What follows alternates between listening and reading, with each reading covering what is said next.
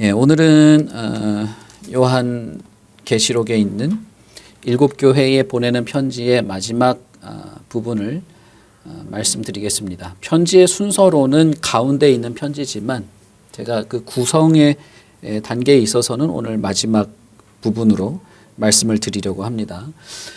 이 교회는 이제 4대 교회인데 7개의 편지가 배치된 순서로 보면은 가장 핵심에 있는, 가장 중심에 있는 교회이고, 그런 면에서 4대 교회의 이 형편은 역사 속에서 교회가 가장 흔하고 빈번하게 보여주는 교회의 모습이라고 볼 수도 있습니다. 그런 면에서 우리 교회에 해당되는 모습이라고 할 수도 있고, 현재 이 지상에 있는 교회에게 보내는 편지의 가장 중요한 부분 중에 하나라고 볼 수도 있습니다. 어쨌든 이 7교회가 다 역사 속에 있는 모든 교회의 모습들을 말하는 것인데, 특별히 오늘 고린도후서 7장과 관련 지어서 말씀을 드리려고 합니다. 4대 교회에 편지하라라고 하면서 예수님은 7 영과 7 별을 가지신 이가 이른다라고 말하도록 그렇게 했죠. 이것은 에베소 교회에도 똑같은 모습으로 드러났죠. 각 교회에게 가장 적절한 분으로 자신을 묘사하는 예수님을 생각해 볼 때 7 영과 7 별을 가지신 분이 또 이렇게 에베소 교회와 이어서 또 이렇게 자신을 드러냈다는 것은 4대 교회와 에베소 교회가 비슷한 모습을 가지고 있는 것을 생각할 수 있겠죠. 이 내용도 거의 비슷합니다. 에베소 교회는 어떤 것에 대한 책망을 받았습니까? 그들이 예수 그리스도를 받아들이는, 복음을 들었던 때의 그때의 처음의 그 모습을 잃어버린 것. 복음을 들은 순간부터 시작했던 그 그리스도를 향한 사랑과 이웃을 향한 사랑의 그 첫 모습을 잃어버린 것을 책망을 받았었죠. 그리고 그것을 회개하라라고 하고 돌이키고 다시 그때의 모습으로 돌아가라라고 하면서 그렇게 하지 않으면 내가 가서 이 교회를 없애버리겠다, 옮겨버리겠다고 하는 말씀을 하셨죠. 그런 면에서 7 영과 7 별 혹은 7 촛대를 거니시는 분으로 묘사될 때의 예수 그리스도는 교회를 개혁하고 온전한 것을 회복하도록 하는 분으로서 자기 자신을 드러내는 것입니다. 그러니까 교회가 이 원래의 모습 속에서 이렇게 타락하게 된 것을 다시 회복시키시는 그런 것과 함께 그것을 하지 않는 그리스도의 이 강력한 권고의 말씀에 따르지 않을 때는 심판자로서 갈 분으로 자신을 드러낼 때 7 영과 7 별 혹은 7 촛대를 말씀하시면서 자기 자신을 드러내셨죠. 그래서 이 7 촛대 혹은 7 영, 7 별을 여러 가지로 해석을 할 수 있는데 이 부분은 사실은 그 설명이 길고 좀 재미가 없습니다. 그래서 이 부분은 그냥 그런 분으로 드러나신다.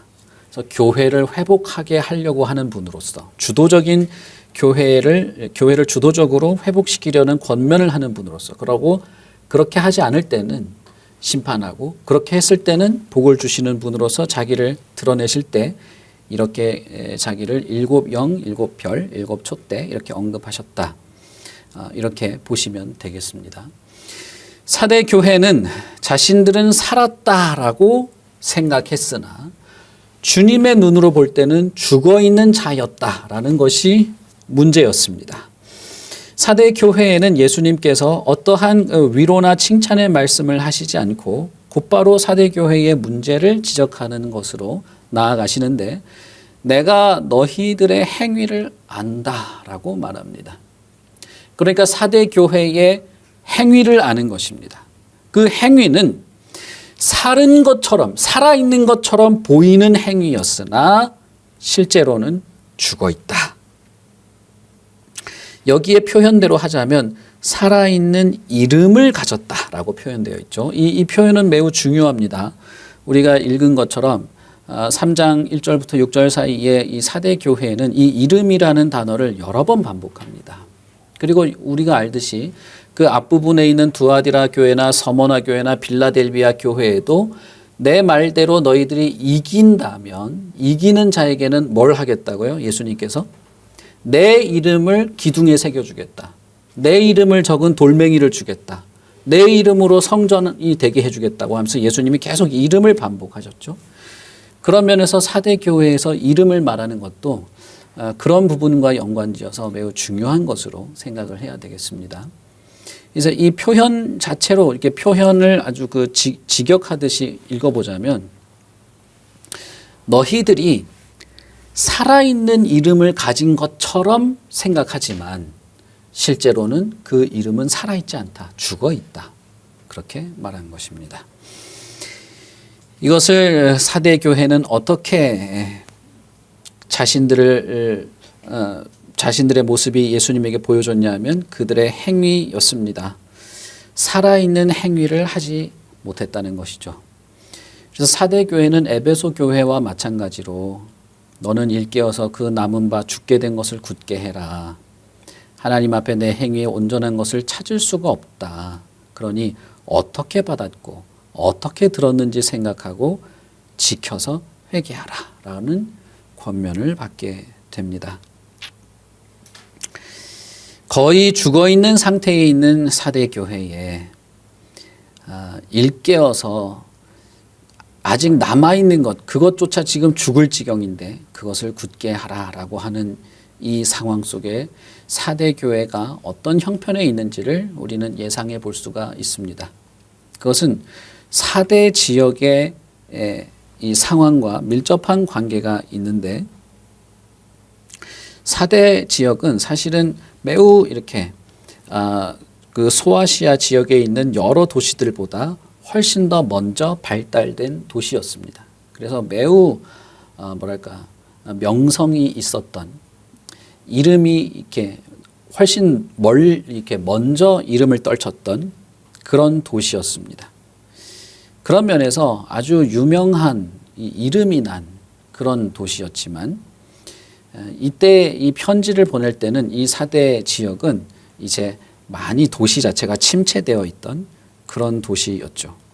그런 면에서 이 사대라고 하는 지역도 이름이 유명한 지역이었지만 몰락한 도시가 된 것처럼 사대교회도 그렇다라고 하면서 이교 문화가 지배하고 있는 이 지역, 그리고 아주 세상적이고 향락적인 삶의 어떤 패턴을 가지고 있던 도시에서 이 사대교회가 전혀 살아있는 이름으로서 드러나고 있지 못함을 지적하는 것입니다.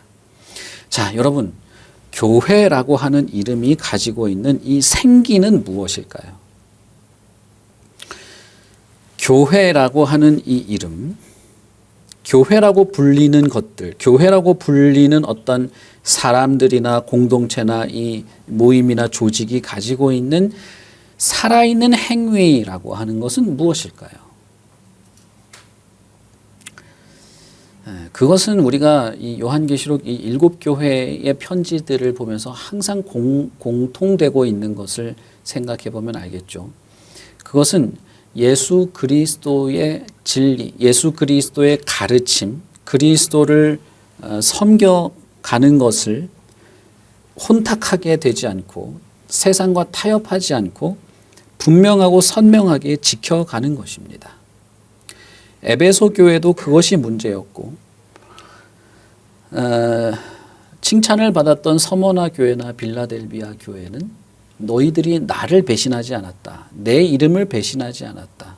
너희들이 내 말에 거했다라고 하는 표현들을 함으로써 교회라고 이름 지어진, 교회라고 이름 붙은 이 교회라는 이름의 생기는 사실상 그리스도와 관련이 있는 것이고 그리스도의 말씀과 그리스도의 가르침, 그분의 뜻을 따라 행하는 것에 연관되어 있다는 것을 우리는 알 수 있습니다.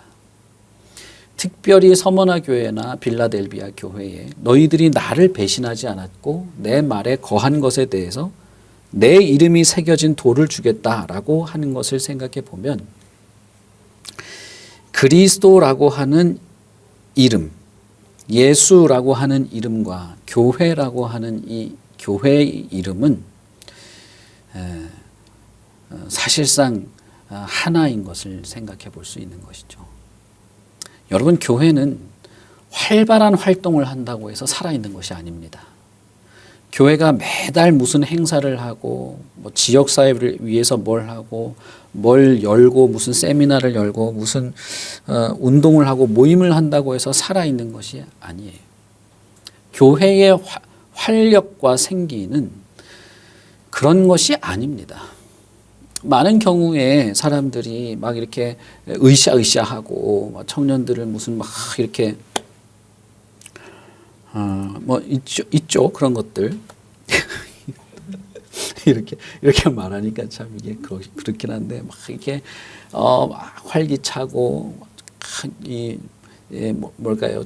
세션을 가지고 막 연주를 하고 활동을 하고 막 하는 그런 것을 활기로 생각하는 경향이 있어요. 그런 것도 다 좋죠. 필요한 것들이기도 하죠. 그러나 교회의 생기와 활력이라고 하는 것은 그런 것이 아닙니다.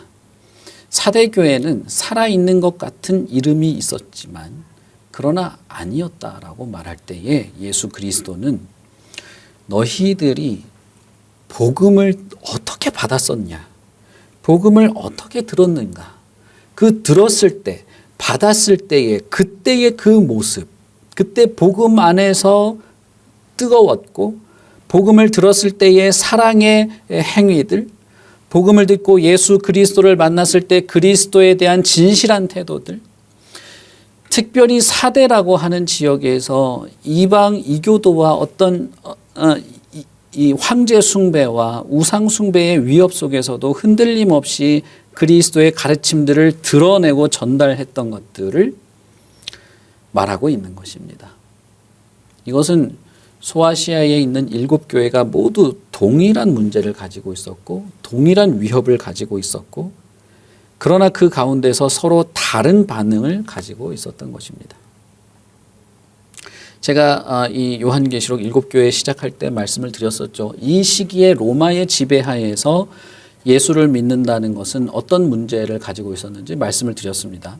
특히 이 예수를 믿는다고 하는 사람들은 황제를 주라고 부르지 않았습니다. 이거는 엄청난 문제예요. 왜냐하면 그 말씀을 드렸었죠. 황제를 숭배하다 못해 황제를 신으로 만드는 그런 일까지 있었죠. 그래서 황제를 신으로 모시고 신전을 짓는 것이 소아시아에 있었습니다.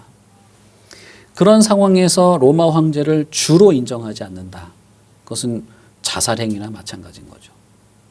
그리고 예수를 믿고 하나님을 믿는다고 할 때에 이것은 유대인들에게도 아주 비판의 대상이었습니다.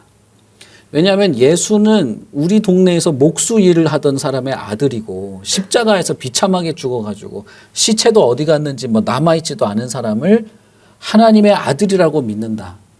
그러면 유대인들에게 있어서는 저 예수를 믿는 사람들은 뭐라고 하면 좋을까요? 신성 모독자들이죠. 그래서 실제로 바울 사도를 죽이기 위해서 암살단이 조직이 됐고 그 암살단들은 바울을 죽이기 전까지는 내가 잠도 자지 않겠다고 맹세한 사람들도 있었습니다. 그러니 여러분 그런 상황에서 예수를 믿는다고 하는 것이 얼마나 문제가 심각했습니까? 히브리서에서 그래서 그 당시에 예수를 믿던 사람들, 성경에는 기록이 되어 있지도 않은 사람들의 모습들을 기록해놨죠. 히브리서에 뭐라고 되어 있습니까? 그 사람들이 고문을 당하고 감옥에 갇히고 죽임을 당하고 고문당할 때 몸을 톱으로 썰리고 그래서 땅을 파고 토굴에서 살아가게 되었다는 것을 히브리서에서 언급하지 않습니까? 실제로 이것은 유적에 발굴이 되어 있습니다. 토굴을 파서 살았던 것들이 실제로 지금도 남아 있습니다. 그 카타콤이라고 하는 것이죠. 그 카타콤에 뭐 기독교인들, 로마에 반항하다가 정치범이 된 사람들, 뭐 온갖 그 사회에서 살 수 없었던 온갖 부류의 사람들이 거기 다 모여 살았어요. 그러니까 그 굴을 파고 들어가서 사는 것도 결코 만만한 것이 아니죠. 온갖 범죄자들과 살인자들이 거기에 숨어 있고 정치범들이 거기 다 숨어 있고 제정신이 아닌 사람들이 거기 있었어요. 사실 토굴에. 그런데 거기에 예수 그리스도를 믿는 이 믿음을 지키려고 하는 사람들도 거기서 살았습니다. 거기서 태어난 사람도 있고 토굴에서 태어나서 토굴에서 살다가 몇 년 못 살고 죽어가는 그런 아이들도 있고 그것이 벽에 남아 있습니다. 그런 상황에서의 이 초대교회라는 걸 생각하셔야 됩니다. 그런데 그런 사회에서 예수가 우리의 유일한 주입니다라고 말을 하고 그리스도가 하나님의 아들입니다라고 말을 하고 예수 그리스도의 가르침은 이것이었습니다라고 전하고 사람들에게 당신은 예수 그리스도를 믿고 구원받아야 하는 분입니다라고 전하는 것이 보통 일이었겠냐는 거예요. 그리스도의 이름, 예수 그리스도라고 하는 예수라고 하는 이 이름이야말로 우리의 주입니다. 시저가 주가 아니고 예수가 주입니다 라고 말하는 것을 어떻게 할 수 있었겠습니까? 그런데 그렇게 하는 교회에 예수님께서 나도 너희들이 나를 배신하지 않았으니 나도 너희들을 배신하지 않고 나의 이 살아있는 이름을 흰 돌에 새겨서 너희에게 주고 너희가 하나님의 성전인 것을 증명하는 이 기둥에 내 이름을 새겨서 너희의 기둥으로 너희를 세워주겠다고 하는 말을 하시는 것입니다. 사대 교회에도 여러분 동일한 문제가 있었습니다. 그래서 다른 교회, 거짓 교사들, 두아디라나 서모나 교회처럼 거짓 교사들이나 니골라당이나 발람의 교훈처럼 그렇게 하는 사람들을 그대로 묵인하고 예수를 믿는 것 같지만 사실은 은근슬쩍 자신의 욕망을 채우는 것들에 대해서 적절하게 그냥 어떻게 우리가 완벽하게 믿냐는 식으로 넘어가는 이런 것들에 대해서도 예수님께서 그것은 악하고 바벨론의 음녀에게 이게 음행을 하는 것이라고 말한 이 예수님께서 사대 교회에도 동일하게 말한 것입니다. 사대 교회의 문제는 똑같습니다. 교회의 이름, 교회의 살아있는 이름의 역할을 감당하는데 너무나도 무기력하다는 것입니다. 너무나도 무기력해서 영적으로 죽었다고 간주될 수밖에 없는 교회였습니다. 여러분, 그리스도의 명령이라고 하는 것이 이 로마의 지배 그리고 유대인들의 엄청난 핍박 속에서도 복음을 선포하고 내 이름을 증거하고 이 그리스도의 교훈과 가르침으로 영혼을 구원하라는 주님의 명령인 것을 생각하셔야 됩니다. 그리고 교회의 생기는 거기에 있는 겁니다. 교회의 생명은 여기에 있는 것입니다. 교회의 생명은 예수 그리스도의 복음의 생기가 드러나는가에 있는 것입니다. 교회 구성원들이 자신의 삶의 모든 영역과 면면에서 많이 흔들리고 우리도 정말 살아가는 것에 많은 문제가 있으나 그러나 그럼에도 불구하고 예수 그리스도 때문에 살아가는 것이 있고 교회 구성원들이 그리스도의 말씀과 진리 안에서 만족하고 거기서 위로와 평화를 얻고 그리스도를 향하여 가는 것이 서로에게 도움과 힘을 주면서 가는 이것이 교회의 생기인 것입니다. 삶에 많은 문제와 위협과 타협과 압력이 있지만 그럼에도 불구하고 그리스도에게 사로잡혀 있는 것이 교회의 생명인 것입니다.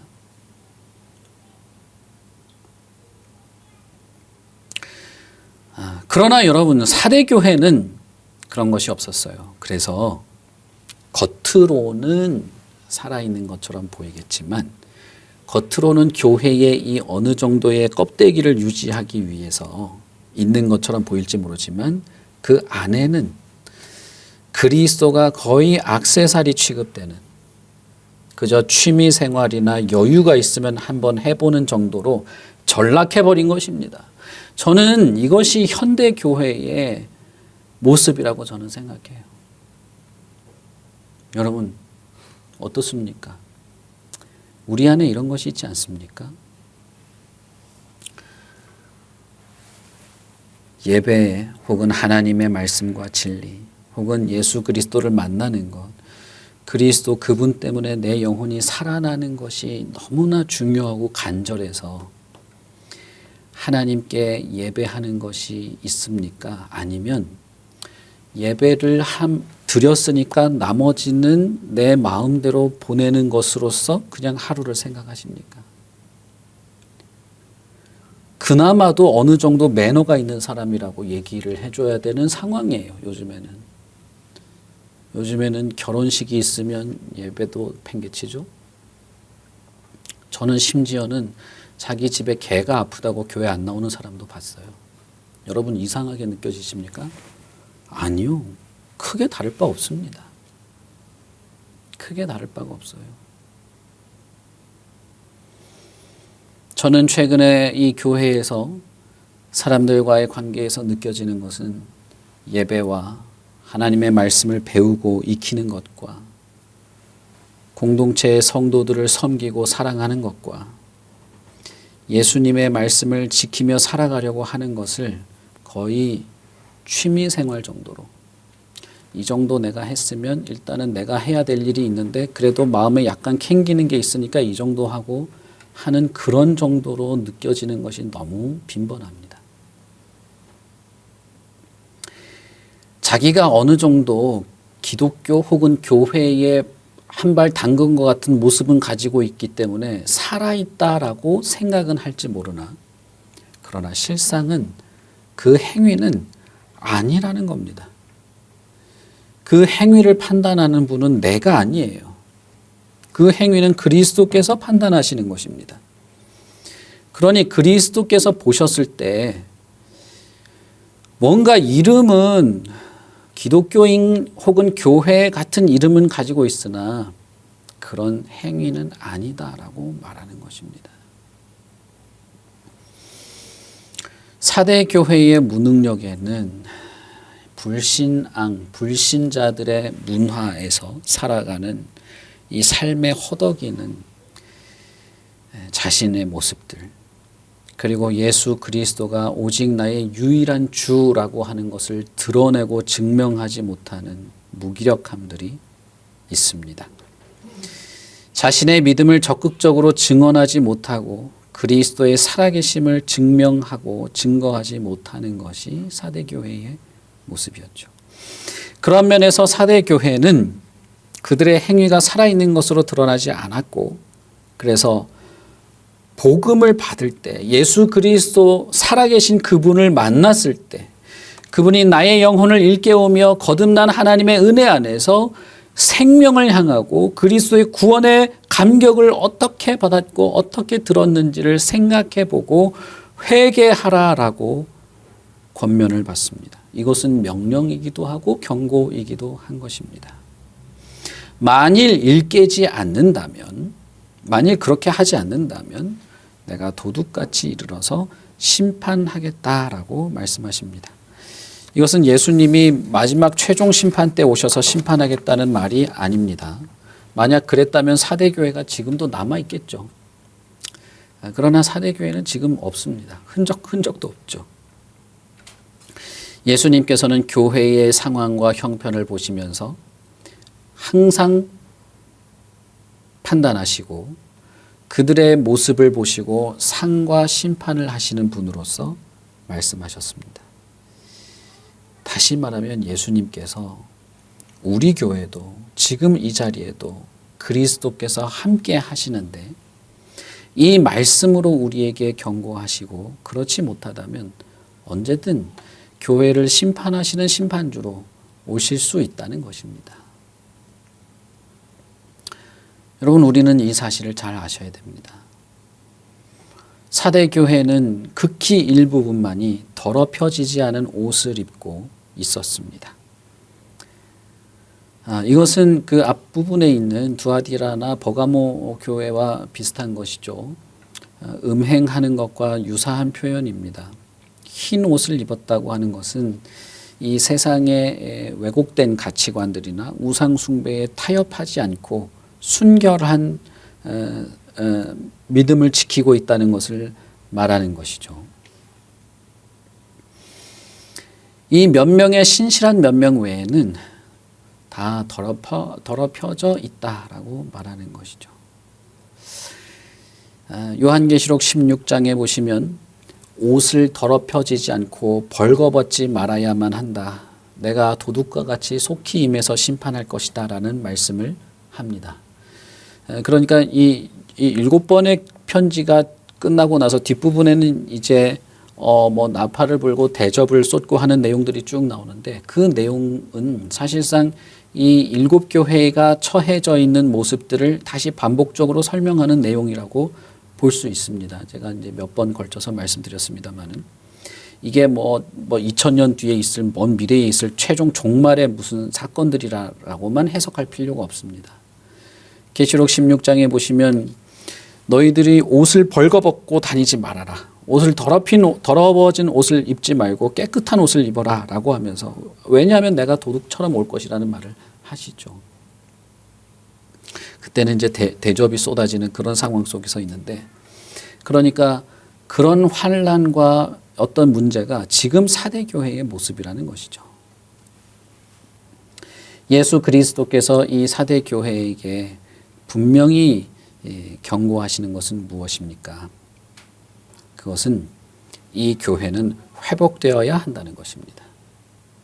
이 교회는 복음을 들었고 그리스도의 이름을 가졌고 그리스도의 가르침으로 배웠고 일깨워져 있었고 로마와 여러 유대인들과 여러 사회 우상 숭배자들과 여러 압박 속에서도 예수 그리스도의 진리를 지키며 살아갈 자로 부르심을 입은 자들이기 때문에 회개하고 회복하라라는 것입니다. 이것을 예수님께서는 뭐라고 말합니까? 이기는 자라고 말하죠. 사대 교회의 이김은 회개에 있습니다. 그들이 회개하고 회복되는 것이 이기는 것입니다. 5절에 보시면 이렇게 말합니다. 이기는 자는 이와 같이 흰옷을 입게 된다. 그리고 그는 생명책에서 결코 지워지지 않는 이름이 적혀 있게 된다. 그리고 나는 그들의 이름을 아버지와 그의 천사들 앞에서 인정하게 될 것이다 라고 말합니다. 이 이기는 자들, 다시 말하면 신실하고 충성된 예수 그리스도의 이름을 증명하고 다니는 사람들, 다시 말하면 나는 예수 그리스도의 이름으로 불리우는 사람입니다. 나는 예수 그리스도를 믿는 그리스도인입니다. 그리고 그리스도를 전하는 이런 충성된 증인의 삶을 살아가는 자들이 이기는 자들이고 그들은 흰옷을 입게 될 것이라고 약속받게 됩니다. 이것은 먼 미래에 어떤 사건이 있을 때 이렇게 된다는 뜻이 아니라 지금 현재 그렇게 된다는 거죠. 흰옷에 대한 약속은 그리스도께서 신실한 자들에게 베푸시는 은혜입니다.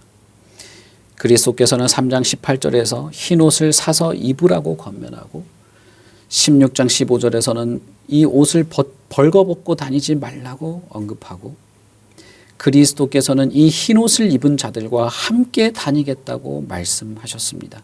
왜냐하면 그 흰옷을 입은 자들이야말로 나에게 합당한 자들이기 때문이다라고 말했습니다. 그러니 여러분 예수님께서 지금 원하시는 것이 무엇입니까? 내가 너희들 다 박살낼 거야. 가만히 안 둘 거야. 이 말씀을 하시는 겁니까? 아니요. 예수님은 나와 함께 다니자라는 말을 하고 있는 겁니다. 나와 함께 다니자. 내가 복음을 들었지 않는가? 진리를 받았지 않는가? 살아있는 내 이름을 가진 자들이 아닌가? 그러니 일깨어서 회개하고 회복하고 흰옷을 입게 될 터이니 나와 함께 다니자라고 말하는 것입니다. 심지어 어떻게 되더라도, 심지어 너희들이 죽을지언정 나와 함께 다니자는 말을 하는 거예요. 히브리서 말대로 하자면 고문을 받더라도 나와 함께 있자. 톱으로 켬을 당하더라도 나와 함께 있자. 여러분, 만약에 어떤 사람이 우리에게 그렇게 말했으면 우리는 다 그 사람을 제정신이냐고 할 거예요. 당신이나 똑바로 살으라고 하겠죠. 그러나 예수님께서는 이렇게 말씀하실 수 있습니다. 왜냐하면 이분이 7영과 7별을 가지신 분이고 하나님의 아들이시고 이 예수 그리스도께서 하나님의 나라에 우리를 이끌어 가실 분이시기 때문에 그렇습니다. 여러분, 두아디라 교회는 죽은 자 같으나 사실은 살아있는 자라는 칭찬을 받았어요. 버가모 교회도 마찬가지입니다. 두아디라 교회도 살아있는 것 같으나 죽은 자라 칭찬을 받은 게 아니고 두아디라 교회 아니고 서모나 교회. 여러분 착각하시면 안 됩니다. 그들이 너무나 가난했고 궁핍했고 핍절했고 도무지 살 수 없었습니다. 왜냐하면 아데미 신을 섬기지 않을 때는 그들의 상인 길드에서 생업을 할 수 없었기 때문에 너무나 가난했어요. 그러나 그들은 부요한 자였습니다. 그런데 반대로 사대교회는 살아있는 것 같지만 그렇지 않았다는 거죠. 예수 그리스도는 이 교회를 향하여 안타까운 마음을 전하는 것입니다. 예수께서 지금 우리에게도 이렇게 말하실 수 있습니다.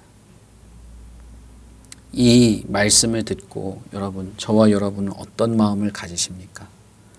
나는 괜찮아, 그런 마음이 있으십니까? 아니면 내가 살고 싶다, 회복하고 온전하며 그리스도의 살아계심을 내 삶에서 드러내며 살고 싶다는 생각이 드십니까? 저와 여러분이 복음을 받은 그때를 기억하십니까? 예수 그리스도를 인격적으로 만나서 온 세상이 다 하나님밖에 보이지 않았을 그때를 여러분 생각하십니까? 하늘과 땅이 온통 하나님의 손길로 지어진 것을 실감하셨을 그때를 여러분 기억하십니까? 하늘의 구름이 마치 출애굽의 이스라엘 백성들에게 펼쳐졌던 구름 기둥 같아 보였고 들에 있는 돌멩이 하나하나까지 하나님의 섭리를 찬양하는 것 같은 것을 경험했던 적을 기억하십니까? 이 세상에 무엇이 와도 두려울 것이 없고 오직 살아계신 하나님을 사랑한다고 세상에 선포하며 살 수 있을 것 같은 그때를 기억하시냐 이 말이에요. 예수 그리스도를 인격적으로 만난 그 순간에 나의 모든 죄가 용서받고 그리스도의 생명으로 내가 살아갈 수 있게 된 것이 너무 감사해서 내가 주님을 사랑하게 된 것이 그 어떤 것보다 더 커서 내가 길에 아무것도 없이 길바닥에 나앉더라도 즐거워할 수 있을 것만 같은 그때를 기억하시냐 이 말입니다. 분명히 사대교회는 그럴 때가 있었습니다. 에베소 교회도 마찬가지고. 그래서 예수를 믿는다고 말을 하면 그저 고문받고 죽을 수도 있는 상황 속에서도 예수를 전하는, 그리스도가 당신의 구세주라고 전하는 그런 때가 있었다 이 말입니다. 그러나 지금은 사대교회는 먹고 살기 위해서 교회의 조그만 이 조그만 교회의 모습이라도 한 주 더 연명하려고 세상에 타협하고 살고 있는 것입니다. 그리스도를 향한 더 내 자신을 드리는 것보다 그리스도에 대해서는 적당히 하고 나도 내 삶을 위해서 내 욕구와 탐욕을 위해서 적당히 사는 것을 묵인하며 사는 것이 있었습니다. 여러분, 이게 사대 교회의 문제일까?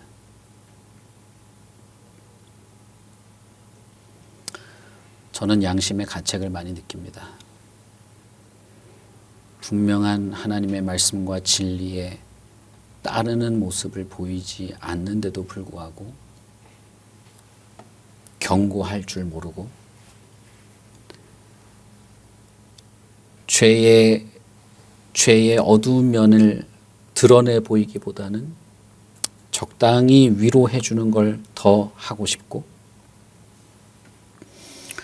진리를 따라 어떻게 섬겨 나가는지를 점검하기보다는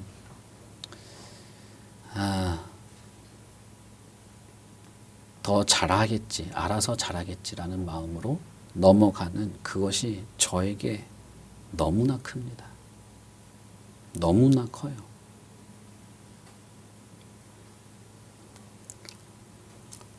저는 분명히 두아디라나 버가모나 사대교회와 같은 교회를 만들어 가고 있는 그런 책임이 저에게 있습니다. 그런 면에서 저는 심각한 경고를 받고 있는 것입니다. 만약에 주님의 이 말씀이 살아있는 주님의 말씀이 맞고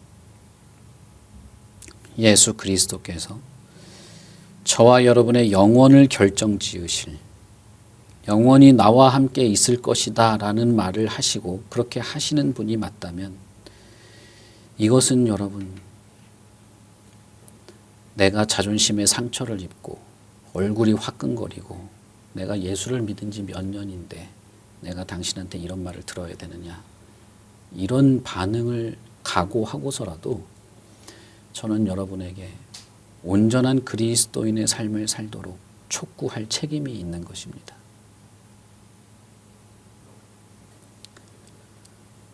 저는 여러분들에게 우리 교회가 강하게 주님의 말씀에 사로잡혀야 하는 것을 전할 뿐 아니라 우리가 온전치 못한 모습 속에 허덕거리고 있음을 드러내고 그것에서 돌이키도록 책망해야 할 책임이 있는 것입니다. 그것은 저뿐 아니라 우리 교회가 당면한 문제이기도 하고 저와 여러분에게 있는 일이기도 합니다. 예수님께서는 우리를 책망하고 싶다기보다는 책망을 통해서 그리스도와 함께 있기를 바라고 있습니다. 설사 이 세상에서 사람들에게 맞아 죽어도 주님은 나와 함께 있자고 하시는 겁니다. 근데 여러분, 우리는 맞아 죽는 거는 둘째치고 자존심에 조금만 그럴 것 같죠? 그러면 다 팽개칩니다. 내가 사람들 앞에서 조금 못난 것이 조금 보이고 조금 부끄러워질 것 같죠? 그러면 불평하고 툴툴거립니다. 이런 거 왜 하냐고 이래버려요. 여러분, 뭐가 그렇게 잘났습니까? 뭐가 그렇게 대단합니까? 우리는 그런 것이 없어요. 조금만 마음에 안 드는 것이 있으면 내가 할 건 하겠지만 나한테 이러지도 말고 저러지도 말고 가만히 내버려둬라 이러죠. 저는 그런 사람들을 정말 수도 없이 만났어요. 제가 목사가 된 지 이제 20년이 됐는데 정말 수도 없이 만났습니다. 그런데 그게 우리의 모습이 아니라고 할 수 있습니까? 지금은 그런 것이 없을지 몰라도 언제든 그럴 수도 있고, 그럴 형편이 안 돼서 드러나지 않았을 뿐이지 그런 상황이 되면 언제든지 그것이 폭발할 수 있습니다. 제 자신을 보면 분명히 그것을 압니다. 예수님은 우리에게 이 경고의 말씀을 우리를 회복시키시려고 하시는 것입니다. 이기는 자에게는 예수님이 3가지를 약속하십니다. 첫째는 흰옷을 입고 주님과 함께 있게 될 것이고, 두 번째는 생명책에 분명히 지워지지 않는 이름으로 기록되어 있음을 알게 할 것이고, 또 하나님과 천사들 앞에서 그의 이름을 살아있다고 시인하게 하신다는 것입니다. 여기서도 예수님은 이름을 언급하시죠.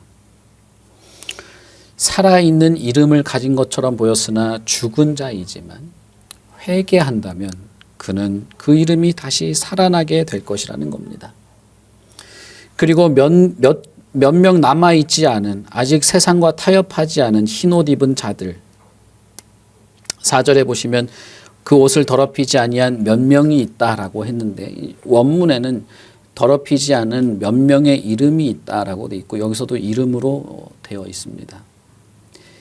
그런 자처럼 회복된다면 그 살아있는 그 이름을 내가 인정하겠다고 말씀하십니다. 그리스도께서는 각 사람의 이름, 교회의 이름, 예수를 믿는 사람들의 이름이 살았는지 죽었는지를 살펴보시러 오실 것입니다.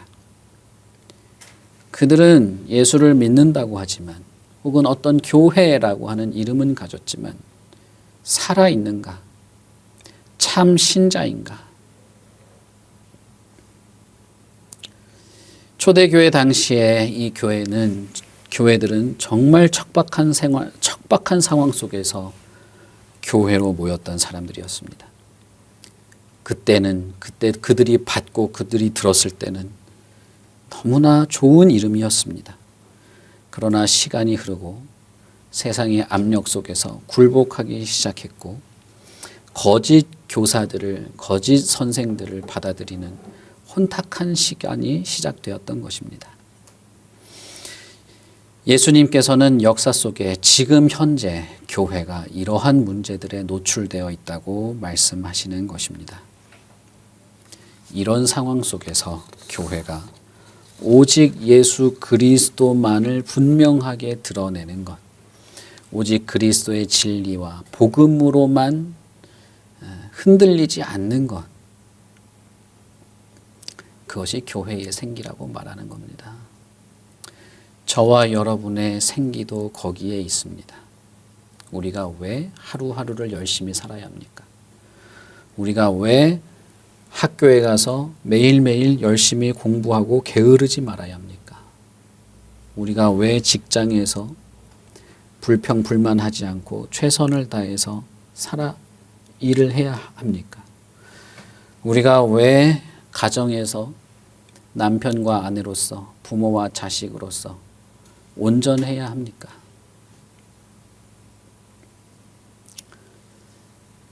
그것은 우리가 예수 그리스도라고 하는 이름으로 불려지는 그리스도인이기 때문입니다.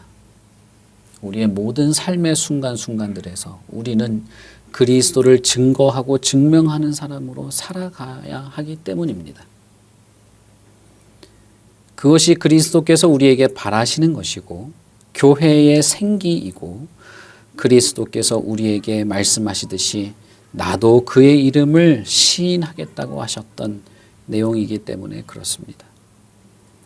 마태복음에서 예수님은 이렇게 말합니다. 누구든지 사람 앞에서 나를 시인하면 나도 하늘에 계신 내 아버지 앞에서 그를 시인할 것이다. 누가복음에서는 이렇게 말합니다. 내가 너희에게 말하노니 누구든지 사람 앞에서 나를 시인하면 인자도 하나님의 사자들 앞에서 그를 시인할 것이다. 이 두 복음서의 문장은 몸은 죽여도 영혼은 죽일 수 없는 자들을 두려워하지 말고 나를 시인하라라는 문맥 속에서 하시는 말씀입니다. 여러분, 이 말씀이 정말 달고 감미로운 말씀으로 받아들여질 수 있을까요? 사람들 앞에서 예수님을 시인하면 짐승한테 찢겨 죽거나 톱에 썰리거나 그럴 수도 있는데, 그럴 수 있겠냐 이 말이에요. 그런데 예수님은 자기의 사랑하는 교회와 성도들 앞에서 이렇게 하라고 하셨습니다. 그러면 나도 하나님 앞에서, 하나님의 사자들 앞에서 나도 너를 시인하겠다. 이 사람이 생명책에 기록되었다고 시인할 것이고 이 사람이 나와 함께 보좌에 앉을 자라고 시인할 것이고 이 사람이 나와 함께 흰옷을 입고 거니는 자라고 시인하신다는 것입니다. 귀 있는 자는 성령의 메시지를 들으라. 성령이 교회들에게 하시는 말씀을 들으라 라고 합니다. 여기서도 여러분 우리는 알 수 있죠. 예수님은 우리를 회복시키고자 하십니다. 우리를 그리스도와 함께 다니는 자로 곁에 두고 싶으신 것입니다. 요한계시록 16장 15절에 이렇게 말합니다. 내가 도둑같이 오리니 누구든지 깨어 자기 옷을 지켜 벌거벗고 다니지 아니하면 자기의 부끄러움을 보이지 아니하는 자는 복이 있다라고 말씀하셨습니다. 예수님은 우리에게 주님과 함께 있는 복을 주시겠다고 말씀하시는 것입니다. 그러니 이기는 것, 이겼고 끝난 게 아니라 이기는 과정을 계속 반복하는 것이죠. 이기는 것이 우리에게 있어야 할 것입니다. 그것은 우리가 회개하는 것입니다. 복음을 들은 그것, 내가 어떤 복음을 받았고 어떻게 들었고 그때 나는 주님께 어떻게 반응했고 주님은 나에게 지금도 어떠한지를 알고 회개하는 것입니다. 고린도후서 7장 11절에서 바울 사도는 뭐라고 말씀하셨습니까? 아버지의 뜻대로 회개하는 자에 대해서 말합니다. 여러분, 사대 교회에 예수님께서 회개하도록 명령하신 것을 한번 잘 보십시오. 주님의 눈에 온전치 못한 것을 회개하라는 것입니다. 사대 교회의 눈에는 온전치 못한 것이 없었겠죠. 왜냐하면 살아있는 것 같았으니까 회개할 것이 별로 없었을 겁니다. 혹은 회개하더라도 자기들의 눈에 볼 때에 적절치 못한 것 정도였겠죠. 그러나 주님이 회개하도록 한 것은 주님의 눈에 보기에 온전치 못한 것을 회개하도록 하신 것입니다. 회개는 여러분, 회개는 언제나 하나님의 뜻에 비추어서 회개하는 것입니다. 회개는 저와 여러분의 공로가 될 수 없고 저와 여러분의 열심의 결과가 아닙니다. 회개라고 하는 것은, 우리가 돌이키고 회복된다고 하는 것은 하나님이 보실 때에 온전치 못한 것을 우리가 발견하고 회개하는 거예요. 보통 회개하라라고 하면 대부분의 사람들이 자기 기준에서 자기를 판단하고 자기 기준에서 자기가 볼 때 이걸 고쳤으면 좋겠다 정도 생각하는 것이죠. 그러다 보니까 해도 되고 안 해도 되고 뭐 했는데 안 되는다는 둥, 뭐 잘해야 된다는 둥 이런 소리를 자꾸 하는 거예요. 그러나 회개는 여러분 하나님의 뜻대로 하는 것입니다. 하나님의 뜻에 비추어 보았을 때 하나님의 마음에 이것이 얼마나 하나님의 마음을 상하게 하는지를 알고 회개하는 것입니다. 바울 사도가 고린도 교인들에게 그래서 하나님의 뜻대로 하는 회개가 당신들을 얼마나 온전하게 하였는지를 보라고 말하는 것이죠. 예수 그리스도께서도 사대 교회에 뭐라고 말씀하십니까? 내가 너희들의 행위를 아는데 내가 볼 때에 온전치 못한 것을 회개하라고 말하는 것이죠. 여러분, 그러므로 교회의 회개라고 하는 것은 하나님의 뜻 혹은 하나님을 마음의 염두에 두지도 않으면서 회개하는 척하는 것은 그것은 사실상 기만하는 것입니다. 하나님을 마음에 품고 하나님의 마음과 생각을 깊이 생각해보고 그 하나님의 말씀이 나에게 비추어지고 그 말씀 앞에 내가 겸손히 내 자신을 돌이켜보고 회개하는 것이 있어야 하는 것입니다. 교회에서 회개를 얘기하면 정말 단순한 윤리적인 몇 가지를 찾아내고 싶어가지고 몇 가지 찾아내서 회개하는 그런 정도를 하는데, 여러분 정말 진지하게 하나님 앞에서 엎드려 보십시오. 하나님의 말씀 앞에서 자신을 온전히 내어놓고 하나님의 마음에서 한번 보십시오. 하나님의 말씀으로 하나님의 마음에 내 자신을 한번 비춰보시란 말이에요. 산상수훈에서 예수님께서 뭐라고 말씀하십니까? 마음이 심령이 가난한 자, 애통하는 자가 복이 있다고 말씀하시죠. 그들은 어떻게 마음에 애통하게 됩니까? 그들은 자신이 가난한 자인 것을 어떻게 알게 되었습니까? 그들은 자신의 물질이 아니라 물질보다 더 가난한 것은 내 마음이라는 것을 어떻게 알게 됐냐는 거예요. 나는 정말 불쌍한 자이구나. 내가 지금 먹고 사는 문제가 아니라 내 마음이 지금 정말 불쌍하구나라는 것을 어떻게 알게 되었고, 그 알게 된 것이 그리스도께서는 복이 있다, 너야말로 천국에 합당한 자라고 말한 것을 한번 생각해 보십시오.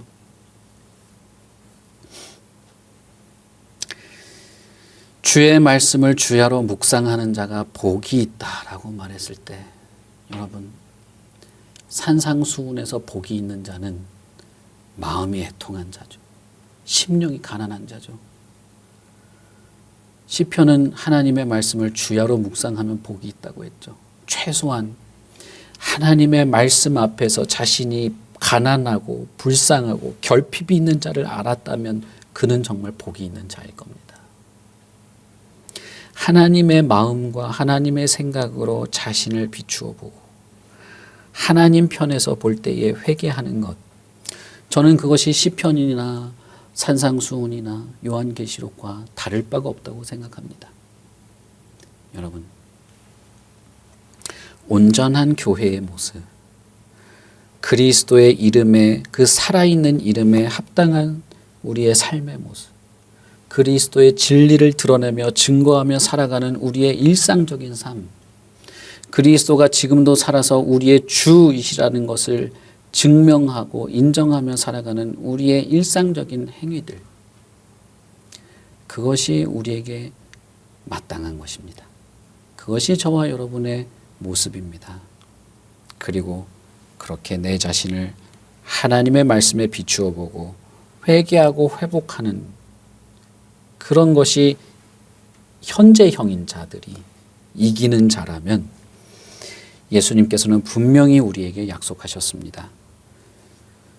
예수님이 우리와 함께 하시고 하나님과 천사들 앞에서 우리를 시인하실 것입니다. 이 말씀을 깊이 여러분 묵상하시고 우리가 회복될 수 있기를 바랍니다. 우리 같이 기도하겠습니다.